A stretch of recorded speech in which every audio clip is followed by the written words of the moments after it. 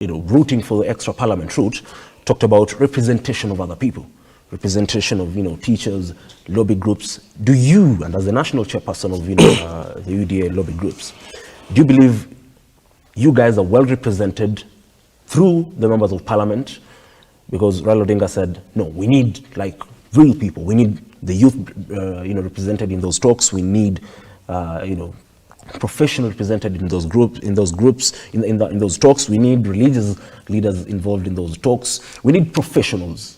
Do you as lobby groups believe that through the members of parliament, your interests will be addressed in those talks? Of course, yes. In parliament, we have got youthful members of parliament who are elected or nominated to represent the issues of the youth. In parliament, we have got religious people, who are elected or nominated to represent religious matters. So we, as lobby groups members all over the country, we believe these issues can be debated and finalized in parliament. We do not, Raila Odinga is trying to enlarge the committee so that the problem looks to be bigger.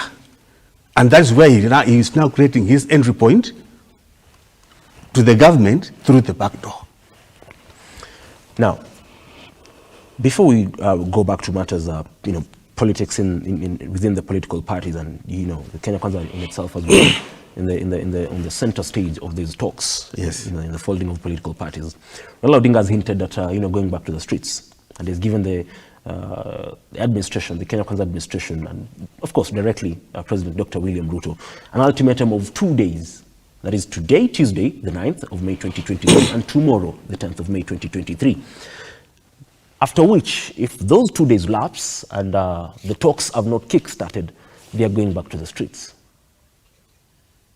What's your take on this? Because we do know, and we've seen before, if they retreat to going back to the streets or embarking in to the anti-government demonstrations.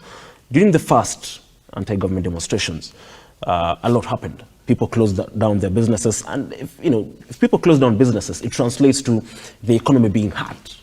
And the Nairobi County government attributed, they only collected half their daily collections in terms of revenue. That means the economy suffers a lot. And not only the economy, there are, thousands of people, millions of people, or thousands within this capital who depend on, their daily earnings to be able to fend for their families. As lobby groups, because you represent these people, the people on the streets doing businesses and all that. What do you have in place to ensure that, if at all, and we've seen the president himself being vocal saying they will not allow those demonstrations within the central business district. And he's on record, the president, saying he's the commander-in-chief and he will stop those demonstrations by any means possible. What is your take on, going back to the streets? I think the president took the oath of office to defend and safeguard the interests of Kenyans. And from where I sit as the chair, I think Raila is crossing the red line.